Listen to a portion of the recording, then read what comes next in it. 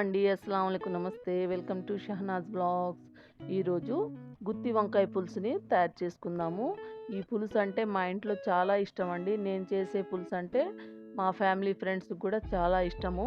చాలా ఇష్టంగా తింటారండి వాళ్ళు కూడా. మరి మీరు కూడా ఒకసారి ట్రై చేసి చూడండి. చాలా టేస్టీగా ఉంటుంది. ఈ కర్రీ బిర్యానీలోకి, బగారా రైస్లోకి, వైట్ రైస్లోకి, చపాతీలో, పూరీలోకి చాలా బాగుంటుంది. మరి మీరు కూడా తప్పకుండా ట్రై చేయండి.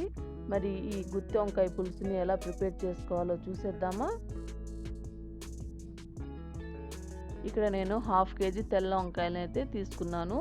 మీరు నల్ల వంకాయలు ఇష్టపడితే నల్ల వంకాయలతో అయినా మీరు తయారు చేసుకోవచ్చు.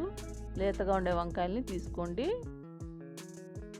తర్వాత ఇక్కడ నేను మీడియం సైజు నిమ్మకాయ అంత చింతపండుని తీసుకొని వేడి నీళ్ళలో నానబెట్టుకున్నాను. ఈ వేడి నీళ్ళలో నానబెట్టుకోవడం వల్ల చింత రసం మనము ఈజీగా తీసుకోవచ్చు. ఇప్పుడు స్టవ్ వెలిగించుకొని ఒక ప్యాన్లో 1/2 టీ స్పూన్ మెంతులు, 1 టీ స్పూన్ జీలకర్ర వేసుకొని లో ఫ్లేమ్లో వీటిని కొద్దిగా ఫ్రై చేసుకోవాలి.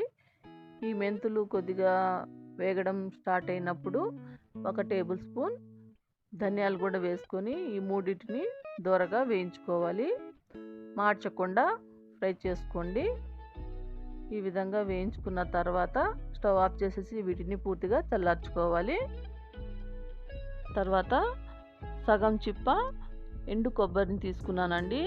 ఈ సైజు ఎండు కొబ్బరిని సన్నగా కట్ చేసుకొని అదే ప్యాన్లో లో ఫ్లేమ్లో వీటిని కూడా కొద్దిగా ఫ్రై చేసుకోవాలి. మాడకుండా చూసుకోండి. లో ఫ్లేమ్లో ఈ విధంగా వేయించుకుంటే ఊరికనే వేగిపోతాయి. చూడండి, ఈ విధంగా కొబ్బరి అన్నది వేయించుకున్న తర్వాత స్టవ్ ఆఫ్ చేసేసి వీటిని కూడా పూర్తిగా చల్లార్చుకొని ఒక మిక్సీ జార్లో మనం వేయించుకున్న ధనియాలు, జీలకర్ర, మెంతులు అలానే ఎండు కొబ్బరిని కూడా వేసుకొని కొద్దిగా నీళ్లు వేసుకొని మెత్తగా గ్రైండ్ చేసుకోవాలి. చూడండి, ఈ విధంగా మెత్తగా గ్రైండ్ చేసుకోవాలి. ఇప్పుడు 2 మీడియం సైజు ఉల్లిపాయలు సన్నగా కట్ చేసుకొని మనం గ్రైండ్ చేసి పెట్టుకున్న కొబ్బరి పేస్ట్లోనే వేసుకొని వీటిని కూడా మెత్తగా గ్రైండ్ చేసుకోవాలి. చూడండి, ఈ విధంగా మెత్తగా గ్రైండ్ చేసుకున్న తర్వాత పక్కన ఉంచుకోవాలి. ఇప్పుడు స్టవ్ వెలిగించుకొని ఒక కుక్కర్లో 3 టేబుల్ స్పూన్స్ ఆయిల్ వేసుకోవాలి. ఆయిల్ కొద్దిగా వేడెక్కిన తర్వాత ఇందులోకి పోపు దినుసులు, ఆవాలు, జీలకర్ర వేసుకొని ఇవి కొద్దిగా చిటపటలాడిన తర్వాత ఒక చిన్న ఉల్లిపాయ సన్నగా తరిగి వేసుకొని లో ఫ్లేమ్లో ఈ ఉల్లిపాయలు కొద్దిగా కలర్ చేంజ్ అయ్యే వరకు వేయించుకోవాలి. ఇవి కొద్దిగా వేగిన తర్వాత 2 రెమ్మల కరివేపాకు కూడా వేసుకొని వీటిని కూడా ఫ్రై చేసుకోవాలి.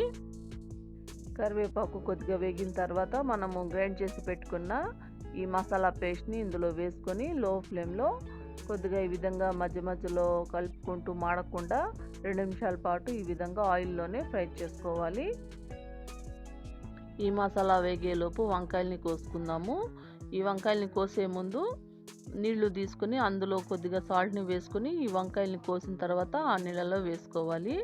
చూడండి, ఈ విధంగా వంకాయలు కొద్దిగా పెద్దగా ఉన్నాయనుకోండి, ఈ 8 పార్ట్స్ లాగా ఈ విధంగా కట్ చేసుకొని పురుగులు, పుచ్చులు ఏమైనా ఉంటే ఒకసారి చెక్ చేసుకొని ఈ ఉప్పు నీళ్ళలో వేసుకోవాలి. చూడండి, ఈ విధంగా అన్నీ ఉప్పు నీళ్ళలో కట్ చేసుకొని వేసుకోవాలి. ఇప్పుడు ఈ మసాలాలోకి మనం కట్ చేసి పెట్టుకున్న వంకాయల్ని ఇందులో వేసుకొని ఈ మసాలా మొత్తము ఈ వంకాయలకి బాగా పట్టేలా ఒకసారి బాగా కలుపుకొని మరో 2 నిమిషాలు ఈ విధంగా కలుపుకుంటూ ఈ మసాలాలోని ఈ వంకాయల్ని ఫ్రై చేసుకోవాలి. ఇప్పుడు ఇందులోకి 1/4 టీ స్పూన్ పసుపు, 1.5 టీ స్పూన్ మిర్చి పౌడర్, రుచి తగ్గట్టు సాల్ట్, అలానే 2 మీడియం సైజు టమాటాలు సన్నగా తరిగి వేసుకొని ఈ వంకాయలకి ఈ మసాలాలు బాగా పట్టేలా ఒకసారి కలుపుకొని మూత పెట్టుకొని ఈ వంకాయలు కొద్దిగా కలర్ చేంజ్ అయ్యే వరకు ఒక 5 నిమిషాల పాటు మగ్గించుకోవాలి. చూడండి, వంకాయలు అయితే కలర్ కొద్దిగా చేంజ్ అయ్యాయి కదా, టమాటాలు కూడా కొద్దిగా మగ్గిపోయాయి. ఇప్పుడు మనము నానబెట్టుకున్న చింతపండు రసాన్ని ఇందులో వేసుకొని ఒకసారి బాగా కలుపుకోవాలి. ఈ విధంగా బాగా కలుపుకున్న తర్వాత ఈ కర్రీ మనకి ఏ కన్సిస్టెన్సీలో కావాలో దానికి తగ్గట్టు నీళ్ళని యాడ్ చేసుకొని ఒకసారి బాగా కలుపుకోవాలి.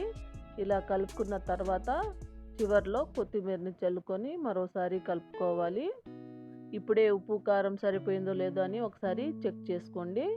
ఒకవేళ తగ్గితే కలుపుకోవచ్చు. ఇప్పుడు కుక్కర్ మూత పెట్టేసి ఫ్లేమ్ని మీడియం ఫ్లేమ్లో పెట్టుకొని 2 విజిల్స్ వచ్చే వరకు ఉడికించుకోవాలి. 2 విజిల్స్ తర్వాత ప్రెషర్ మొత్తం పోయిన తర్వాత మూత తీసి చూద్దాము. చూడండి, మన గుత్తి వంకాయ పులుసు అయితే రెడీ అయిపోయింది.